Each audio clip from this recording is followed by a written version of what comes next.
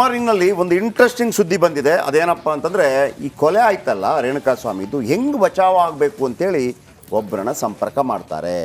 ಆತ PSI ಆಗಿರ್ತಾನೆ. ಆತ ಐಡಿಯಾ ಕೊಡ್ತಾನೆ, ಏನು ಸರೆಂಡರ್ ಆಗಿಬಿಡಿ ಅಂತೇಳಿ. ಈಗ ಅವನ ಕೆಲಸ ಅಂತ ಹೋಗೋದು ಪಕ್ಕ. ಇದರ ಜೊತೆಗೆ ಇನ್ನೊಂದು ಇಂಟ್ರೆಸ್ಟಿಂಗ್ ಪಾಯಿಂಟ್ ಹೇಳ, ತುಪ್ಪದ ಬೆಡಗಿ ಮೊಗ್ಗಿನ ಮನಸ್ಸು ಅವರ ಹೆಸರುಗಳು ಕೇಳಿ ಬರ್ತಾ ಇದೆ. ಅದರ ಬಗ್ಗೆ ಹೇಳ್ತೀನಿ. ಅದಕ್ಕಿಂತ ಮೊದಲು ಈ ಕ್ಷಣದ ಹೆಡ್ಲೈನ್ಸ್ ಮತ್ತೊಮ್ಮೆ.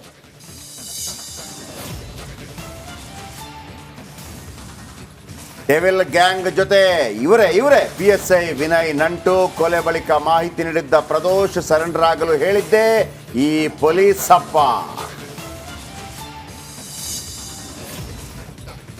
ವಿಜಯಲಕ್ಷ್ಮಿ ಕಂಡ್ರೆ ಪವಿತ್ರಾಗೆ ಉರಿ. ದುಬೈ ಪ್ರವಾಸ ಮಾಡಿದ್ದಕ್ಕೆ ಮಾತು ಬಿಟ್ಟಿದ್ದ ಸುಬ್ಬಿ, ಪ್ರೇಯಸಿಯನ್ನ ಮೆಚ್ಚಿಸಲು ಹೋಗಿ ಲಾಕ್ ಆದ ಪೊರ್ಕಿ. ರಾಜ್ಯ ರಾಜಕಾರಣದಲ್ಲಿ ಮೂಡ ಫೈಟ್. ರಾಷ್ಟ್ರಪತಿ ಪ್ರಧಾನಿಗೆ ರಾಜ್ಯಪಾಲರ ಮಾಹಿತಿ. ಗುಪ್ತಚರ ಇಲಾಖೆ ಮಾಹಿತಿ ಬಗ್ಗೆ ಕೂಡ ಉಲ್ಲೇಖ.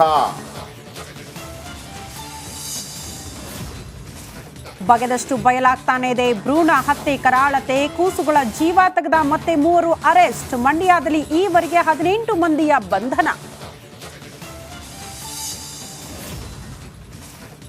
ಈ ರೋಡ್ ರೇಜ್ ಸರಿ ಮಾಡ್ರಪ್ಪ. DCM DK Shivakumar.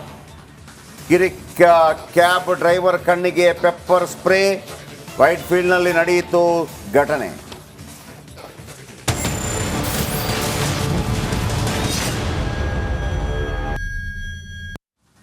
ಬಿಗ್ ಮಾರ್ನಿಂಗ್ಗೆ ಮತ್ತೊಮ್ಮೆ ಸ್ವಾಗತ. ಶ್ರುತಿ, ಏನಾಗುತ್ತೆ ಇಲ್ಲಿ ಅಂತಂದ್ರೆ, ನಾನು ಹೇಳಿದ್ನಲ್ವಾ, ಇವರು ಹೊಡಿತಾರೆ ಸತ್ತೋಗ್ಬಿಡ್ತಾನೆ ಅಂತ. ಇವೆಲ್ಲ ನಶೆಯಲ್ಲಿ ಇರ್ತವೆ, ನಶೆಯಲ್ಲಿ ತೇಲ ಆಡ್ತಾ ಇರ್ತವೆ.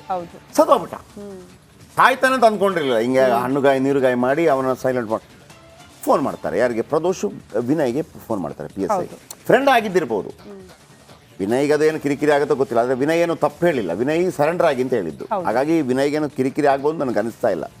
ಸಾಕ್ಷ್ಯನಾಶ ಮಾಡಿ ಅಂತ ಏನಾದರೂ ಹೇಳಿದ್ದದ್ದು ಆಗಿದ್ರೆ ಭಾಳ ಕಷ್ಟ ಆಗುತ್ತೆ. ವಿನಯ್ ಫೋನ್ ಮಾಡ್ತಾರೆ, ಏನು ಮಾಡಲಿ ಅಂತೇಳಿ. ಸಡನ್ ಆಗಿ ವಿನಯ್ ಹಿಂಗಾಯ್ತಾ, ಸರೆಂಡರ್ ಆಗ್ಬಿಡಿ ಅಂತೇಳಿ. ಸಾಕ್ಷ್ಯನಾಶ ಮಾಡಿದ್ದೆ ಯಾರು ಅಂತಂದ್ರೆ PSI. ಈಗ ಅವರೇ ಐಡಿಯಾ ಸಾಕ್ಷ್ಯನಾಶಕ್ಕೆ ಏನಾದರೂ PSI ಐಡಿಯಾ ಕೊಟ್ಟಿದ್ರೆ ಆಯ್ತು. ಹಾಕಿ ತೆಗೆದುಬಿಟ್ಟು ಅದೇ ಮೆಜೆಸ್ಟಿಕಲ್ಲಿ ಎಗ್ ರೈಸು. ಬನ್ನಿ, ಅದರ ಬಗ್ಗೆ ಒಂದು ಸ್ಟೋರಿ ನಿಮ್ಮ ಮುಂದೆ. ರೇಣುಕಾ ಕೊಲೆ ಬಳಿಕ ಪ್ರದೋಷ್ ಕರೆ ಮಾಡಿದ್ಯಾರಿಗೆ? ಆರೋಪಿ ಪ್ರದೋಷ್ ಜೊತೆ PSI ವಿನಯ್ ನಂಟು.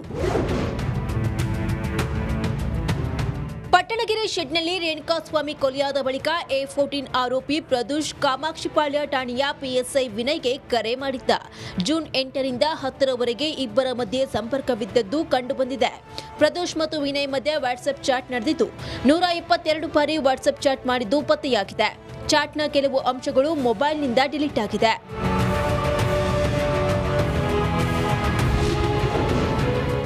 ಬಯಲಾಯಿತು 122 ಚಾಟ್ ರಹಸ್ಯ. ಜೂನ್ 9ರ ಬೆಳಿಗ್ಗೆ ರೇಣುಕಾಸ್ವಾಮಿ ಮೃತದೇಹ ಪತ್ತೆ. ಸಂಜೆ 6:28 ಪ್ರದೋಷ್ಗೆ ವಿಡಿಯೋ ರವಾನೆ. ಸಿಸಿಟಿವಿ ವಿಡಿಯೋ ಕ್ಲಿಪ್ ಕಳುಹಿಸಿದ್ದ PSI ವಿನಯ್. ಅಪಾರ್ಟ್ಮೆಂಟ್ ಬಳಿಯ ಸಿಸಿಟಿವಿಯಲ್ಲಿ ಸೆರೆಯಾಗಿದ್ದ ವಿಡಿಯೋ. ಬಿಳಿ ಬಣ್ಣದ ಸ್ಕಾರ್ಪಿಯೋ ಕಾರು ಹೋಗ್ತಿರುವ ವಿಡಿಯೋ. ಮೃತದೇಹ ಎಸೆದ ಬಳಿಕ ವಾಪಸ್ ಹೋಗ್ತಿದ್ದ ಆರೋಪಿಗಳು. ಈ ವಿಡಿಯೋನ ಪ್ರದೋಷ್ಗೆ PSI ವಿನಯ್ ಕಳುಹಿಸಿದ್ದ. ಪ್ರದೋಷ್ ಹಾಗೂ ವಿನಯ್ ನಡುವಿನ ಬಾಂಧವ್ಯ ಎಂತಹದ್ದು? ಅವರಿಬ್ಬರ ಪರಿಚಯವಾಗಿದ್ದು ಹೇಗೆ? ವಿಡಿಯೋಗಳು ಕಳುಹಿಸಿದ್ದು ಯಾಕೆ ಎಂಬುದರ ಬಗ್ಗೆ ತನಿಖೆ ನಡೀತಾ ಇದೆ. ಪ್ರದೋಷ್ ವಿನಯ್ ನಡುವಿನ ಚಾಟ್. A14 ಆರೋಪಿ ಪ್ರದೋಷ್ PSI ವಿನಯ್ ನಂಟು. ಜನವರಿ 2024ರಿಂದ ಕಾಮಾಕ್ಷಿಪಾಳ್ಯ ಠಾಣೆಯಲ್ಲಿ ಕೆಲಸ. 2016ರಿಂದ 2021ರವರೆಗೆ ಗಿರಿನಗರ ಠಾಣೆಯಲ್ಲಿ PSI. ಈ ಸಮಯದಲ್ಲಿ ಆರೋಪಿ ಪ್ರದೋಷ್ ಪರಿಚಯವಾಗಿದ್ದ. ಜೂನ್ 2ರಂದು ಪ್ರದೋಷ್ ಮಗನ ನಾಮಕರಣ ಇತ್ತು. ನಾಮಕರಣ ಕಾರ್ಯಕ್ರಮಕ್ಕೂ ವಿನಯ್ ಬಂದು ಹೋಗಿದ್ದ. ಜೂನ್ 6ರಿಂದ ಸಂಜೆ ಮೇಲೆ ತೆರಳಿದ್ದ PSI ವಿನಯ್. ಜೂನ್ 8ರಂದು ರಾತ್ರಿ 8:30ಕ್ಕೆ ವಿನಯ್ಗೆ ಫೋನ್ ಕಾಲ್. ಆರೋಪಿ ಪ್ರದೋಷ್ ಕಡೆಯಿಂದ ನಾರ್ಮಲ್ ಕಾಲ್. ಅರ್ಧ ಗಂಟೆ ಬಳಿಕ ವಾಟ್ಸ್ಆಪ್ ಕಾಲ್ ಮಾಡಿದ್ದ ಪ್ರದೋಷ್. ಮತ್ತೆ 15 ನಿಮಿಷದ ನಂತರ ವಿನಯ್ಗೆ ಪ್ರದೋಷ್ ಕಾಲ್. ಗಲಾಟೆಯಲ್ಲಿ ಓರ್ವನ ಗುಪ್ತಾಂಗಕ್ಕೆ ಒದ್ದು ಸತ್ತೋಗಿದ್ದಾನೆ. ಏನ್ ಮಾಡೋದು ಇವಾಗ ಅಂತ ಕೇಳಿದ ಪ್ರದೋಷ್. ತಕ್ಷಣವೇ ಸಮೀಪದ ಸ್ಟೇಷನ್ಗೆ ಹೋಗಿ ಸರೆಂಡರ್ ಆಗಿ ಠಾಣೆಗೆ ಶರಣಾಗುವಂತೆ ಸೂಚಿಸಿದ್ದ PSI ವಿನಯ್.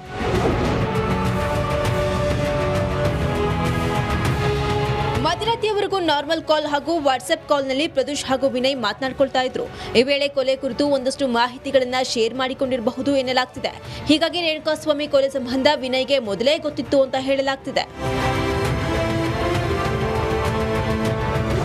ಆರೋಪಿಗಳಿಗೆ ಸರೆಂಡರ್ ಆಗುವಂತೆ ಸೂಚಿಸಿದ ಬಳಿಕ ಇನ್ಸ್ಪೆಕ್ಟರ್ ಗಿರೀಶ್ ನಾಯ್ಕ್ಗೆ ಖುದ್ದು ಪಿಎಸ್ಐ ವಿನಯ್ ಫೋನ್ ಮಾಡಿದ್ದಾಗಿ ಗೊತ್ತಾಗಿದೆ.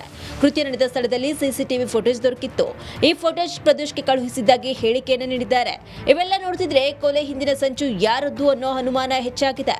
ನಿರ್ದಿಷ್ಟವಾಗಿ ಕಾಮಾಕ್ಷಿಪಾಳ್ಯ ಲಿಮಿಟ್ಸ್ಗೆ ಯಾಕೆ ರೇಣುಕಾಸ್ವಾಮಿ ಮೃತದೇಹ ತಂದು ಹಾಕಿದ್ರು ಎಂಬ ಹಲವು ಅನುಮಾನಗಳಿಗೆ ಕಾರಣವಾಗ್ತಿದೆ. ಸುನಿಲ್ ಧರ್ಮಸ್ಥಳ, ರಿಪಬ್ಲಿಕ್ ಕನ್ನಡ, ಬೆಂಗಳೂರು. ಓಕೆ, ವಿನಯ್ ಅಲ್ಲ, ವಿನಯ್ ಪಿ ಎಸ್. ನಿಮ್ಗೆ ಏನಾದ್ರು ಡೌಟ್ ಬರುತ್ತೆ ಈಗ? ಯಾಕಂದ್ರೆ ಸುನಿಲ್ ಕೇಳೋಣ, ನಾವು ರೆಡಿ ಇದ್ದಾರೆ. ಅಲ್ಲ, ಈಗ ಕೊಲೆಗೆ ಪ್ರವೋಕ್ ಮಾಡಿದ್ರು ಪವಿತ್ರ ಗೌಡ ಅವರೇ ಮುಖ್ಯ ಆರೋಪಿ ಅಂತ ಹೇಳ್ತೀವಿ. ಈಗ ಸಾಕ್ಷ್ಯಾಧಾರ ನಾಶ ಕೂಡ ಅಪರಾಧ ಆಗಿರೋದ್ರಿಂದ ಸಾಕ್ಷ್ಯಾಧಾರ ನಾಶ ಮಾಡಕ್ ಪ್ಲಾನ್ ಕೊಟ್ಟಿದ್ದೆ PSI ಅಲ್ಲ. ಅವರು ಸಾಕ್ಷ್ಯಾಧಾರಕ್ಕೆ ಕೊಟ್ಟಿದ್ದಾರೆ ಇಲ್ವ ಅಂತ ಗೊತ್ತಿಲ್ಲ ಇನ್ನೂ ಕೂಡ. ಅದೇ ಎಲ್ಲಿ ಅಂತ ಅದನ್ನ ಈಗ ಸುನಿಲ್ ಹತ್ರ ಕೇಳೋಣ. ಈಗ ಇವರು ಒಬ್ಬ ಪೊಲೀಸ್ ಅಧಿಕಾರಿ ಏನ್ ಕೊಡು, ಈಗ ಎರಡು ವಿಚಾರದಲ್ಲಿ ಮಾಡೋಣ, ಸುಖ ಸುಮ್ಮನೆ ಬೇಡ. ಈಗ ನಾನು ಪೊಲೀಸ್ ಆಫೀಸರ್ ಅಂತ ಇಟ್ಕೊಳ್ಳಿ. ನನ್ನ ಗೆಳೆಯ ಒಬ್ಬ ಫೋನ್ ಮಾಡ್ತಾನೆ, ಪ್ರದೋಷ್ ಶೆಟ್ರೆ ಹಿಂಗಾಗ್ಬಿಟ್ಟಿದೆ, ಏನು ಮಾಡಲಿ, ಹಿಂಗಾಗಿದೆ ಅಂತೇಳಿ. ನಾನು ಏನು ಹೇಳ್ಬೋದು? ನಿಜವಾಗಿ ಹೇಳಲಿಕ್ಕೆ ಇರುವ ಅವಕಾಶ ಸರೆಂಡರ್ ಆಗಿಬಿಡಿ. ಆದರೆ ಎಣ ಎತ್ತಾಕೊಂಡೋಗಿ ಬಿಸಾಕಿ ಅನ್ನುವಂಥದ್ದು ಏನಾದರೂ ಬಂತು ಅಂತ ಇಟ್ಕೊಳ್ಳಿ, ಮುಗೀತ್ ಕತೆ. ಬನ್ನಿ ಸುನಿಲ್ ಹತ್ರ ಇದರ ಬಗ್ಗೆ ಕೇಳೋಣ. ಸುನಿಲ್, ನೀವು ಇದನ್ನು ಯಾವ ರೀತಿ ವ್ಯಾಖ್ಯಾನಿಸ್ತೀರಿ? ಜಯಪ್ರಕಾಶ್, ಸಹಜವಾಗಿ ಸಾಕಷ್ಟು ಅನುಮಾನಗಳಿಗೆ ಕಾರಣ ಆಗ್ತಿರುವಂಥ ತುಂಬ ವಿಚಾರಗಳಿದ್ದಾವೆ. ಸೊ ನಾನು ಅದು ಏನೇನು ಡೌಟ್ಸ್ಗಳಿದ್ದಾವೆ ಅನ್ನುವಂಥ ಒಂದೊಂದಾಗಿ ಹೇಳ್ತಾ ಹೋಗ್ತೀನಿ. ಮೊದಲನೇದಾಗಿ ಈ ಒಂದು ಇನ್ಸಿಡೆಂಟ್ ಆಗಿರುವಂಥದ್ದು ಪಟ್ಟಣಗೆರೆ ಶೆಡ್ನಲ್ಲಿ. ಸೊ ಅದರ ಸಮೀಪದಲ್ಲೇ ಮೋರಿ ಕೂಡ ಇದೆ, ಅಲ್ಲೇ ಹತ್ರದಲ್ಲೇ ಕೆಂಗೇರಿ ಮೋರಿ ಕೂಡ ಇದೆ. ಈ ಕೃತ್ಯ ಎಸಗಿದ ನಂತರ ಈ ಡೆಡ್ ಬಾಡಿಯನ್ನು ಸುಮ್ನಳ್ಳಿವರೆಗೆ ತಗೊಂಡು ಹೋಗುವಂಥ ರಿಸ್ಕ್ನ ಏನಕ್ಕೆ ತಗೊಂಡ್ರು ಅನ್ನುವಂಥದ್ದು ಮೊದಲನೇ ಪ್ರಶ್ನೆ. ಎರಡನೇ ಪ್ರಶ್ನೆ ಇರುವಂಥದ್ದು, ಅಲ್ಲಿ ಸಿಂಪಲ್ ಆ ಮೋರಿಯ ಲೆಫ್ಟ್ ಸೈಡ್ ಅಂದರೆ ಒಂದು ಬದಿ ಏನಿದೆ ಅದು ಅನ್ನಪೂರ್ಣೇಶ್ವರ ಸ್ಟೇಷನ್ ಲಿಮಿಟ್ಸಿಗೆ ಬರುತ್ತೆ, ಮತ್ತೊಂದು ಬದಿ ಎಕ್ಸಾಕ್ಟ್ ಆಗಿ ಕಾಮಾಕ್ಷಿಪಾಳ್ಯ ಸ್ಟೇಷನ್ ಲಿಮಿಟ್ಸಿಗೆ ಬರುತ್ತೆ. ಈ ಪೊಲೀಸ್ ಅವ್ರಿಗೆ ಗೊತ್ತಿರುತ್ತೆ ನಮ್ಮ ಲಿಮಿಟ್ಸ್ ಯಾವುದು ಅನ್ನುವಂಥದ್ದು. ಪ್ರದೋಷ್ನಂತ ಒಬ್ಬ ವ್ಯಕ್ತಿಗೆ ಯಾವ ಪೊಲೀಸ್ ಸ್ಟೇಷನ್ ಲಿಮಿಟ್ಸಲ್ಲಿ ಇದು ಇದೆ ಅನ್ನುವಂಥದ್ದು ಹೇಗೆ ಗೊತ್ತಾಯಿತು ಅನ್ನುವಂಥದ್ದು ಕೂಡ ಗೊತ್ತಿಲ್ಲ. ಮತ್ತು ಎಕ್ಸಾಕ್ಟ್ ಆಗಿ ಅದೇ ಪೊಲೀಸ್ ಸ್ಟೇಷನ್ ಲಿಮಿಟ್ಸಲ್ಲಿ ಇರುವಂಥ ಜಾಗಕ್ಕೆ ಏನಕ್ಕೆ ತಗೊಬಂದು ಹಾಕಿದ ಅನ್ನುವಂಥದ್ದು. ಆ್ಯಂಡ್ ಇವರೆಲ್ಲರೂ ಕೂಡ ಎಷ್ಟರ ಮಟ್ಟಿಗೆ ಸಾಕ್ಷ್ಯನಾಶ ಮಾಡೋದಕ್ಕೆ ಪ್ರಯತ್ನ ಪಟ್ಟಿದ್ದಾರೆ ಅನ್ನೋದು ಕೂಡ ಗೊತ್ತು. ಹಾಗಿದ್ದಂಥ ಟೈಮ್ನಲ್ಲಿ ಅಲ್ಲೊಂದು ಅಪಾರ್ಟ್ಮೆಂಟ್ ಇದೆ, ಸತ್ವ ಅಪಾರ್ಟ್ಮೆಂಟ್. ಆ ಅಪಾರ್ಟ್ಮೆಂಟ್ ಮುಂದುಗಡೆ CCTVಗಳಿದ್ದಾವೆ. ಅಲ್ಲಿ ಮುಂದುಗಡೆ ವೆಹಿಕಲ್ ಹೋದರೆ ಆ CCTVಯಲ್ಲಿ ರೆಕಾರ್ಡ್ ಆಗುತ್ತೆ ಅನ್ನೋದು ಕೂಡ ಗೊತ್ತಿರುತ್ತೆ. ಇಷ್ಟೆಲ್ಲ ಗೊತ್ತಿದ್ದು ಕೂಡ ಅದೇ ಜಾಗಕ್ಕೆ ತಗೊಂಡೋಗಿ ಬಾಡಿ ಯಾಕೆ ಹಾಕಿದ್ರು ಅನ್ನುವಂಥ ಒಂದು ಪ್ರಶ್ನೆ ಇದೆ. ಆ್ಯಂಡ್ ಇದೆಲ್ಲದಕ್ಕಿಂತ ಇಂಟ್ರೆಸ್ಟಿಂಗ್ ವಿಚಾರ ಅಂತ ಹೇಳಿದರೆ, ನನ್ನ ಹತ್ರ ಈ ಕೇಸ್ನ FIR ಕಾಪಿ ಇದೆ. ಈ FIR ಕಾಪಿಯಲ್ಲಿ ಎಕ್ಸಾಕ್ಟ್ ಆಗಿ ಮೆನ್ಷನ್ ಮಾಡಿದ್ದಾರೆ ಠಾಣೆಯಲ್ಲಿ ವರ್ತಮಾನ ಸ್ವೀಕರಿಸಿದಂತಹ ಸಮಯ ಎಷ್ಟೊತ್ತಿಗೆ ಅನ್ನುವಂಥದ್ದು.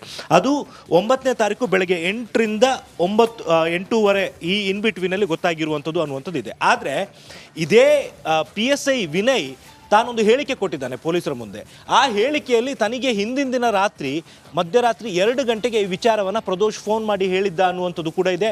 ಇವನ್ ಪ್ರದೋಷ್ ಹೇಳಿಕೆಯಲ್ಲೂ ಕೂಡ ತಾನು PSI ವಿನಯ್ಗೆ ಫೋನ್ ಮಾಡಿ ಈ ವಿಚಾರವನ್ನು ತಿಳಿಸಿದ್ದೆ ಅನ್ನುವಂಥದ್ದು ಕೂಡ ಇದೆ. ಹಾಗಿದ್ದ ಮೇಲೆ ಪೊಲೀಸರು ರಾತ್ರಿನೇ ಇಮಿಡಿಯೇಟ್ ಆಗಿ ಸ್ಟಾಫ್ನ ಆ ಜಾಗಕ್ಕೆ ಕಳಿಸ್ಬಿಟ್ಟು ಬಾಡಿನ ರಿಕವರ್ ಮಾಡ್ಬೋದಿತ್ತು. ಆದರೆ ಇದು ಆನ್ ರೆಕಾರ್ಡ್ ಹೆಂಗಿದೆ ಅಂದರೆ FIRನಲ್ಲಿ ನೆಕ್ಸ್ಟ್ ಡೇ ಬೆಳಗ್ಗೆ ಇದೇ ಅಪಾರ್ಟ್ಮೆಂಟ್ನ ಸೆಕ್ಯೂರಿಟಿ ಗಾರ್ಡ್ ಸ್ಪಾಟಿಗೆ ಬಂದು ಆ ಬಾಡಿ ನೋಡೋವರೆಗೂ ಕೂಡ ಈ ವಿಚಾರ ಯಾರಿಗೂ ಕೂಡ ಗೊತ್ತಿಲ್ಲ ಅನ್ನುವಂಥದ್ದು FIRನಲ್ಲಿ ಇರುವಂಥ ವಿಚಾರ. ಸೊ ಹಾಗಿದ್ದಾಗ ಸಹಜವಾಗಿ ಡೌಟ್ ಬರುತ್ತೆ, PSI ವಿನಯ್ ಏನಕ್ಕೆ ಈ ವಿಚಾರವನ್ನು ಮುಚ್ಚಿಟ್ರು ಅನ್ನುವಂಥದ್ದು. ಒಂದು ಕಂಟ್ರೋಲ್ ರೂಮ್ಗೆ ತಿಳಿಸ್ಬೋಯಿತು. ಪೊಲೀಸರು ಏನೇ ಆದರೂ ಕೂಡ ಇಮಿಡಿಯೇಟ್ ಆಗಿ ಒಂದು ಅಫೆನ್ಸ್ ಆಗಿದೆ ಅನ್ನುವಂಥ ಒಂದು ವಿಚಾರ ಗೊತ್ತಾಯಿತು ಅಂದರೆ ಕಂಟ್ರೋಲ್ ರೂಮ್ಗೆ ಮಾಹಿತಿ ನೀಡ್ತಾರೆ ಅಥವಾ ಸೀನಿಯರ್ ಅಫಿಷಿಯಲ್ಸಿಗೆ ಮಾಹಿತಿಯನ್ನು ನೀಡ್ತಾರೆ. ಈ ವಿನಯ್ ಹೇಳಿಕೆಯಲ್ಲಿ ತಾನು ಇನ್ಸ್ಪೆಕ್ಟರ್ ಗಿರೀಶ್ ನಾಯ್ಕ್ಗೆ ಈ ವಿಚಾರವನ್ನು ತಿಳಿಸಿದ್ದೀನಿ ಅನ್ನುವಂಥದ್ದು ಇದೆ. ಆದರೆ ಇನ್ಸ್ಪೆಕ್ಟ್ರಿಗೆ ಗೊತ್ತಾದರೂ ಕೂಡ ಏನಕ್ಕೆ ನೈಟ್ ಹೊಯ್ಸಳದವ್ರು ಇರ್ತಾರೆ, ನೈಟ್ ಬೀಟ್ ಅವರು ಇರ್ತಾರೆ, ಅವ್ರನ್ನ ಸ್ಪಾಟಿಗೆ ಕಳಿಸ್ಬಿಟ್ಟು ಬಾಡಿ ರಿಕವರ್ ಮಾಡ್ಬೋದಿತ್ತು, ಇಮಿಡಿಯೇಟ್ ಆಗಿ ಕೇಸ್ ರಿಜಿಸ್ಟರ್ ಮಾಡ್ಬೋದಿತ್ತು. ಬೆಳಗ್ಗೆವರೆಗೆ ಏನಕ್ಕೆ ವೆಯ್ಟ್ ಮಾಡಿದ್ರು ಅನ್ನುವಂಥ ಒಂದು ಡೌಟ್ ಕೂಡ ಇದೆ. ಆ್ಯಂಡ್ ಇದೇ PSI ವಿನಯ್ ಮತ್ತು ಪ್ರದೋಷ್ ಮಧ್ಯೆ ಸುಮಾರು 122 ಬಾರಿ ವಾಟ್ಸಪ್ ಕಾಲು, ನಾರ್ಮಲ್ ಕಾಲು ಎಲ್ಲವೂ ಕೂಡ ನಡೆದಿದ್ದಾವೆ. ವಾಟ್ಸಪ್ ಚಾಟ್ಗಳು ಕೂಡ ನಡೆದಿದ್ದಾವೆ. ಆ್ಯಂಡ್ ಅದನ್ನು ಡಿಲೀಟ್ ಮಾಡಲಾಗಿದೆ ಅನ್ನುವಂಥದ್ದು ವಿಚಾರ ಕೂಡ ತನಿಖೆ ವೇಳೆ ಗೊತ್ತಾಗಿದೆ. ಮತ್ತು ಅದರಲ್ಲಿ ಕೆಲವೊಂದು ಚಾಟ್ಗಳನ್ನು ಪೊಲೀಸರು ರಿಟ್ರೀವ್ ಕೂಡ ಮಾಡಿಕೊಂಡಿದ್ದಾರೆ.